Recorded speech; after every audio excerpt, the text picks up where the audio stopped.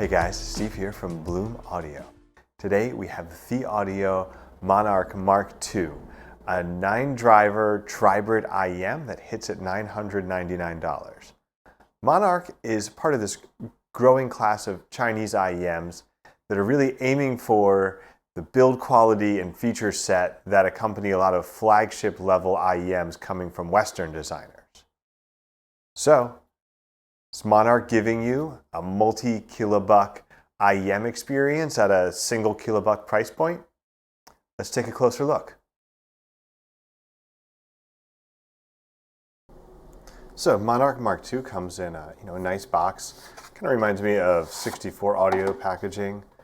Nothing that's going to drop any jaws, but pretty solid, well put together box there. Inside, we get the IEMs, the case, and then you're also going to get the cable, of course. Within that, it all fell out all over the place because I did a terrible job repacking stuff. A selection of foam and silicone ear tips. More on these ear tips in a minute. I actually did really like these as a pairing with it.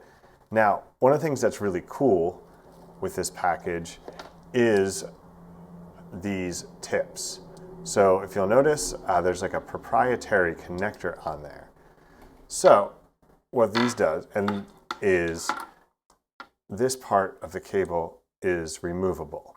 So you get 3.5 millimeter, 2.5 millimeter, and of course 4.4 that you can just swap on and off of here. Try not to let any of these run away.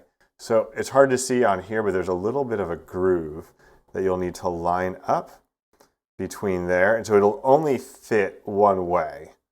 So once you get that lined up, it slides on. And there you go. Now we've got a 4.4 instead of a 2.5.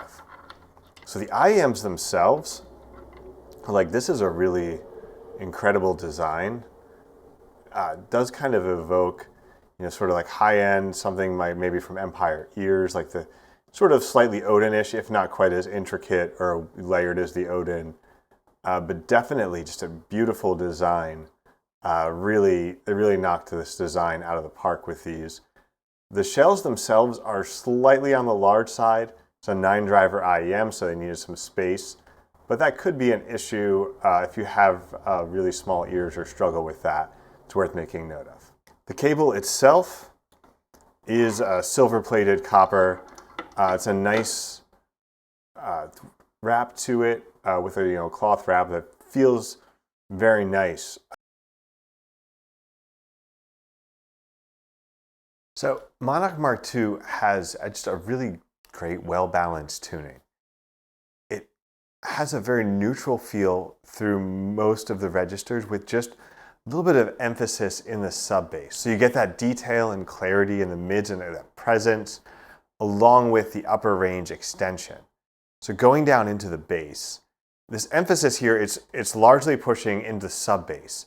So you get that rumble and that deep feeling with a lot of electronic music, more modern recordings that utilize those ranges more. And you get some good impact, but it doesn't create a bass that's going to strongly bleed into your mid-range or create that feeling of bloat down there. So as you come into the mid-range, now you really do get good texture in those lower range instruments, in the bass guitar and then the cello. But then you also get really strong presence in the vocals. Again, very, very detailed, great clarity there.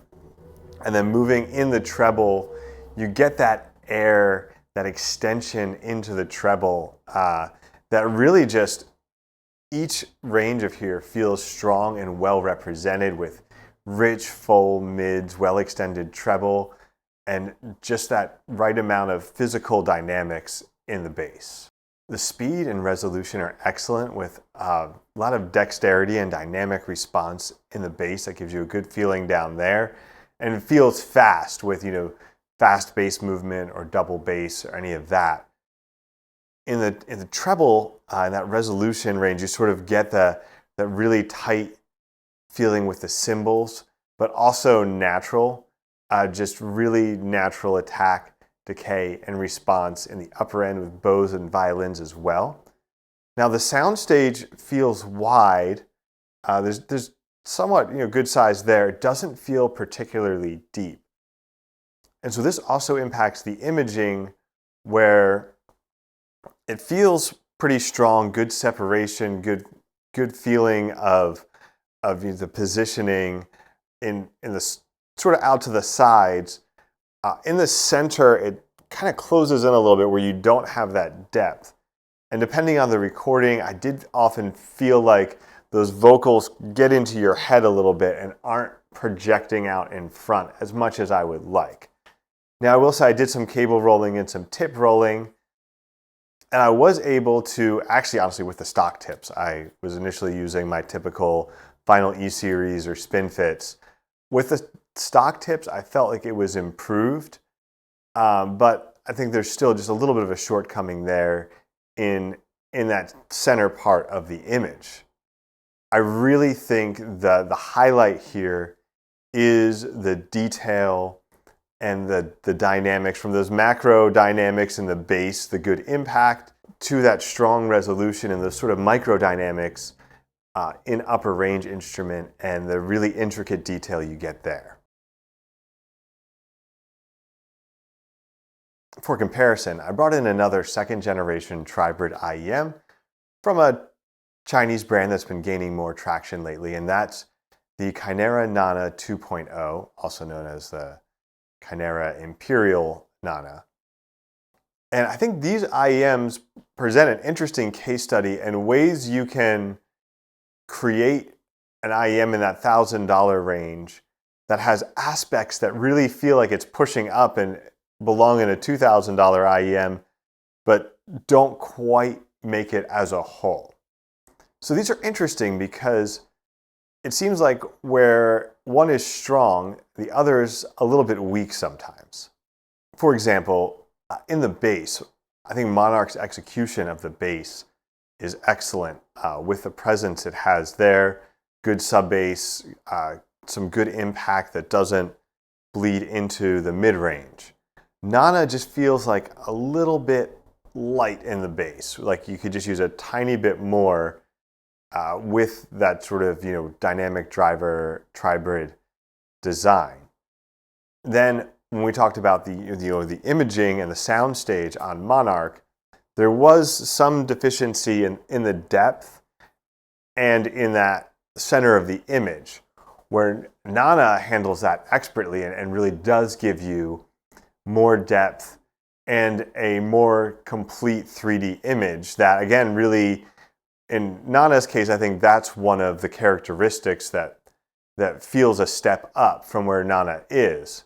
You can kind of go back and forth, where I do think the one place Monarch shows a clear advantage is in that sort of micro detail, just that incredible presentation of those sort of intricacies and the resolution.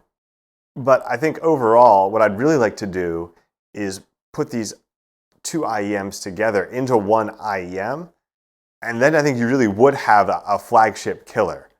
Regrettably, you can't just put the Monarch in one ear and the Nanna in the other one and get that, even though I guess it wouldn't hurt to try. Thieaudio has gained a reputation for providing great tunings with great performance for the price. Monarch Mk2 takes that to the next level by giving you this level of detail that sounds like it could be in an IEM that costs twice the price, along with an addictive tuning. So if you're looking for a well-balanced Tribrid IEM in the $1,000 price range, Monarch really does hit the sweet spot between value and technical wizardry. Thanks for watching, and check out Monarch, a lot of other great IEMs and other products at bloomaudio.com. Be sure to like and subscribe, and we'll be back soon with more hi-fi personal audio content.